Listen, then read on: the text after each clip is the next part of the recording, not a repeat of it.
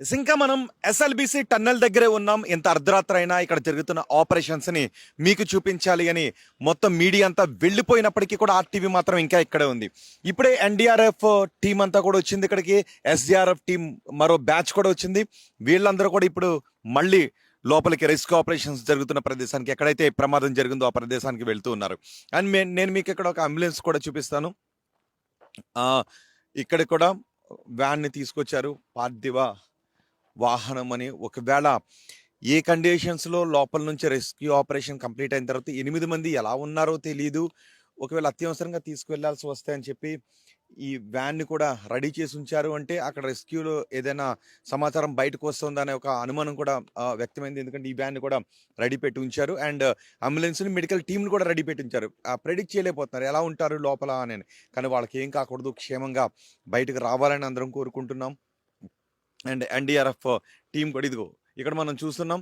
ఈ మొత్తం mines rescue service నుంచి వీళ్ళు ఒక టీం కూడా ఇక్కడికి వచ్చింది. వీళ్ళు కూడా ఇప్పుడు అక్కడికి వెళ్తున్న రెస్క్యూ టీం ఇది. అండ్ ఇప్పటికే లోపల ఎస్ఎల్బిసి ప్రమాదం జరిగిన చోట, టన్నులో ఎక్కడైతే ప్రమాదం జరిగిందో అక్కడ మెషిన్ని కట్ చేసే ప్రాసెస్ కొనసాగుతుంది. ఆల్రెడీ కటింగ్ ప్రాసెస్ కొనసాగింది.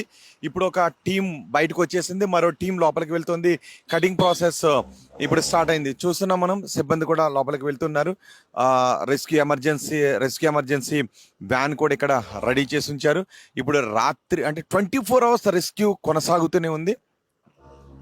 రేపు ఉదయానికి ఇప్పుడు వెళ్ళిన రెస్క్యూ టీం ఒకవేళ ఎవరైనా లోపల కనబడితే ఆ 8 మంది వివరాలు ఏదైనా తెలిస్తే వెంటనే వాళ్ళని బయటికి తీసుకురావడానికి కూడా అన్ని ఏర్పాట్లు కూడా చేసి ఉంచారు. ఎందుకంటే ఆల్రెడీ కటింగ్ ప్రాసెస్ స్టార్ట్ అయింది కాబట్టి మెషిన్ కట్ చేసుకుంటూ లోపలికి వెళ్ళే కొద్దీ వాళ్ళ ఆచూకీ ఏదైనా తెలిస్తే తీవ్ర గాయాల పాలై ఉన్నారా, ఎలా ఉన్నారు అనేది తెలియదు. కాబట్టి ఒకవేళ ఏదైనా మనిషి ఆనవాలి 8 మందిలో ఎవరిది ఒక ట్రేస్ అయినా ఏ విషయం కూడా వెంటనే వాళ్ళని బయటకు తీసుకొచ్చి వాళ్ళకి కావలసిన చికిత్సను అందించడానికి అన్ని ఏర్పాట్లు కూడా చేసి ఉంచారు. వాళ్ళు ప్రాణాలతో ఉండాలని కోరుకుంటున్నారు. కానీ హోప్లెస్ అనే మాటలు కూడా వినిపిస్తూ ఉన్నాయి. ఇన్ని రోజుల పాటు అక్కడ అలాంటి పరిస్థితుల్లో ఉండటం కష్టమనే మాటలు కూడా వినిపిస్తున్నాయి. కానీ రెస్క్యూ టీం ఇంకా హోప్తో వాళ్ళ ఆపరేషన్స్ని కొనసాగిస్తున్నారు. ఇది ఒక క్రిటికల్ కేర్, మిలిటరీ నుంచి క్రిటికల్ కేర్ వ్యాన్ కూడా తీసుకొచ్చారు. ఒకవేళ వాళ్ళకి అత్యవసర చికిత్సను అందించాల్సి వస్తే ఎక్విప్మెంట్ అంతా అందులో ఉండే విధంగా క్రిటికల్ కేర్ని వ్యాన్ కూడా తీసుకొచ్చారు.